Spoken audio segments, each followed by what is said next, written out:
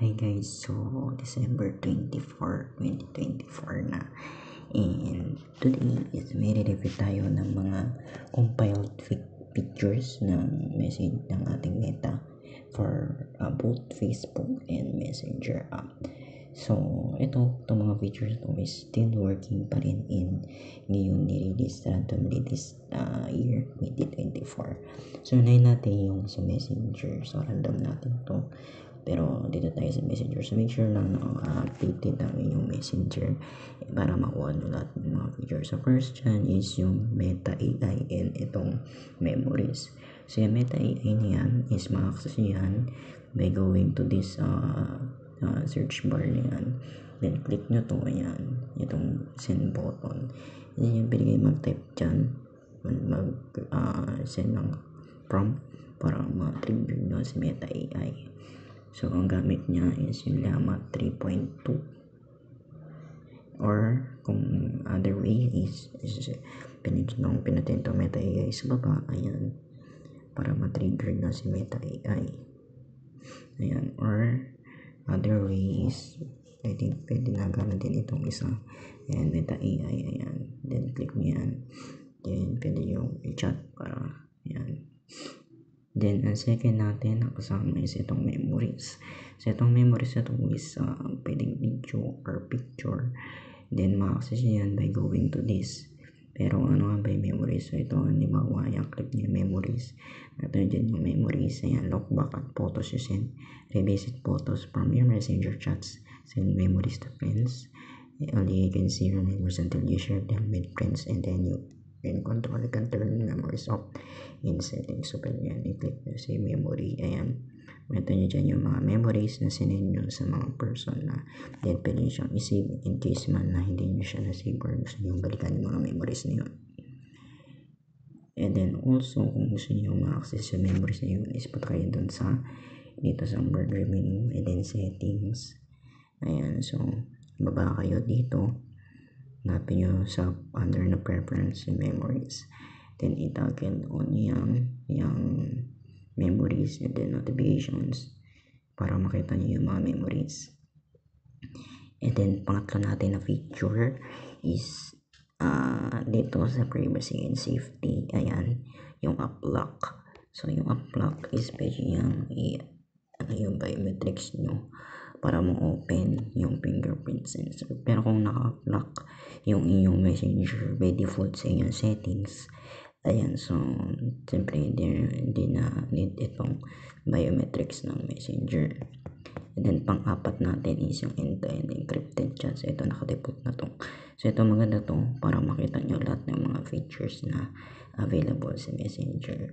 And then pang-lima, ayan, is yung restricted accounts. So yan, meron dyan, pwede kayo mag-restrict ng mga person na ayaw yung makita or ayaw yung ma-chat sila or di yung gusto silang nag-chat sa'yo or kung naiinis kayo, so pwede nyo siyang i-restrict. And then ang kaibahan nga pala na restrict sa block accounts is pag na-restrict nyo, then halimbawa may chat siya, is hindi nila makikita na nasisend mo yung chat nila. So parang temporary block lang yun nangyayari. Then kung gusto nyo nga pa na i-restrict, then pwede yung ihanapin yung user, then tap nyo yung ganito, ayan, so parang restrict nyo yung isang user, is hold nyo yung user, then click nyo yung restrict. Or other way is punta kayo sa settings, ayan, settings, tapos privacy and safety, tapos restricted accounts, then click nyo itong plus sign. And then ang susunod natin na i-review is yung read receipts. So yan, itong dito sa read receipts na ito is lahat yan ng chats is affected. So pag in-off niyan is makita nila na hindi ka na nagsisend.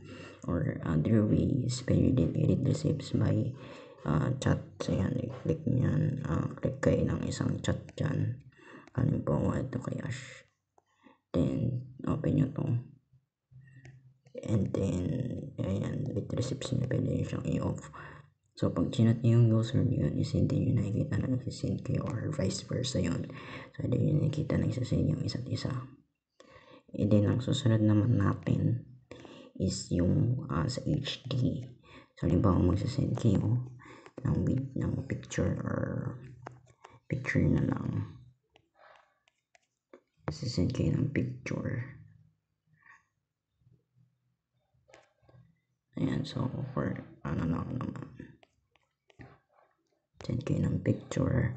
And click nyo tong HD. Yan, para lumino yung picture nyo. And then nalabas doon yung HD dito sa gilid.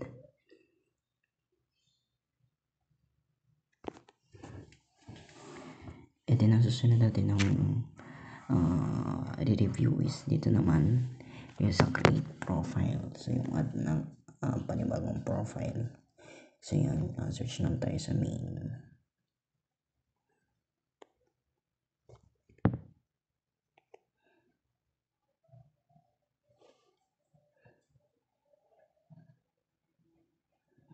Pwede kayo mag-add ng profile para may other profile kayo na pwedeng gamitin. So yan, para mag-add yan is click nyo lang to. And then scroll down kayo sa baba. Yan, create Facebook profile. So yan, pwede yung personal profile. Create another profile kayo, your name and feed. Just who you connect with. Ang disclaimer nga lang dito is hindi nyo pwedeng i-react yung both profile na yun sa pwede, pero pwede nyo siyang i-comment parehas. Yan, yun lang, pwede i-react yung isang profile, yung main profiles, then another profile sa isang post na i-interact nyo. Yun. And then another feature is yung sa notes. Ayan, sa Facebook notes. So makikita nyo dyan, yan, pag nag-add kayo ng notes, meron na dyan music. Also, makikita nyo din sa Facebook. Ayan, na preview sa notes sa Facebook or directly sa Facebook kayo mag-add. Ayan, so sa timeline nyo. Ayan, so pwede kayo mag-share dito. Ito, bago nga pala yung ano dito sa notes. Ayan, naglagay na si Meta ng something like engaging na maganda. Then yun, i-click diretso para makita yung notes.